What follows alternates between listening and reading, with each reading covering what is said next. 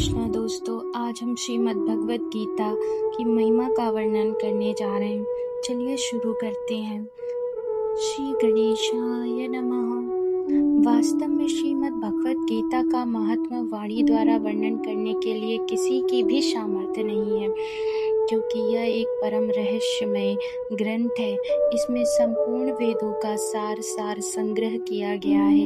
इसकी संस्कृति इतनी सुंदर और सरल है कि थोड़े से अभ्यास करने से ही इसको सहजता से समझ सकते हैं, परंतु इसका आशय इतना गंभीर है कि आजीवन निरंतर अभ्यास करते रहने पर भी उसका अंत नहीं आता।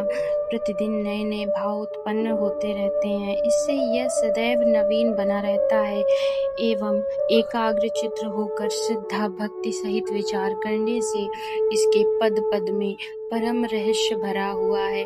प्रत्यक्ष प्रतीत होता है। भगवान के अनेक गुण, प्रभाव और मर्म का वर्णन जिस प्रकार से इस गीता शास्त्र में किया गया है, वैसा अन्य ग्रंथों में मिलना कठिन है, क्योंकि प्रायः ग्रंथों में कुछ न कुछ सांसारिक विषय मिला रहता है।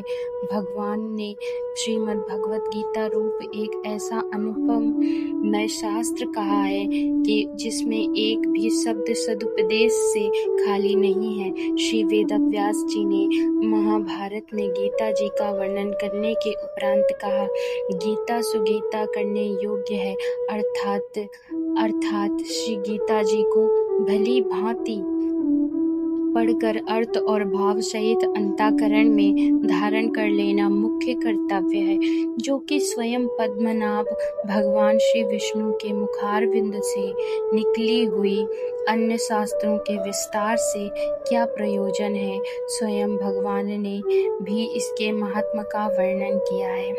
इस गीता शास्त्र में मनुष्य मात्र का अधिकार है, चाहे वह किसी भी वर्ण आश्रम में स्थित हो, परंतु भगवान में श्रद्धालु और भक्ति युक्त अवश्य होना चाहिए, क्योंकि भगवान ने अपने भक्तों में इसका प्रचार करने के लिए आज्ञा दी है, तथा यह भी कहा है कि स्त्री, वैश्य, शूद्र और पाप योनि भी मेरे परायण होकर परम गति को प्राप्त होते हैं। अपने अपने स्वाभाविक कर्मों द्वारा मेरी पूजा करके मनुष्य परम सिद्ध को प्राप्त होते हैं। इन सब पर विचार करने से यही ज्ञात होता है कि परमात्मा की प्राप्ति में सभी का अधिकार है, परंतु उपयुक्त विषय के मर्म को समझने के लिए कारण बहुत से मनुष्य, जिन्होंने श्री गीता जी का केवल नाम मात्र ही सुना है, ऐसे मनुष्य कह दिया करते हैं कि गीता तो केवल सन्यासियों के लिए ही है।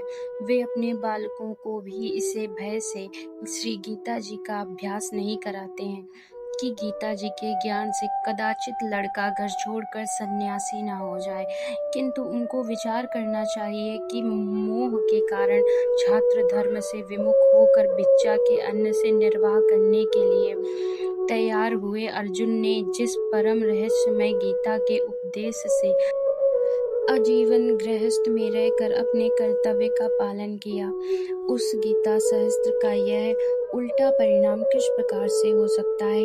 अतएव कल्याण की इच्छा वाले मनुष्यों को उचित है कि वह मोह का त्याग कर अतिशय श्रद्धा भक्ति पूर्वक अपने बालकों को अर्थ और भाव के सहित श्री गीता जी का अध्ययन कराएं एवं स्वयं भी इसका पठन और मनन करते हुए भगवान के आज्ञानुसार साधन करने में तत्पर हो जाएं, क्योंकि अति दुर्लभ मनुष्य शरीर को प्राप्त होकर अपने अमूल्य समय का एक दुख मूलक संसार के भोगों में नष्ट करना उचित नहीं है।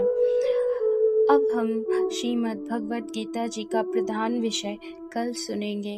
आप ये सुनने के लिए हमारे चैनल को लाइक और सब्सक्राइब ज़रूर कर लें और कमेंट में जय श्री कृष्णा ज़रूर लिखें। हरे कृष्णा।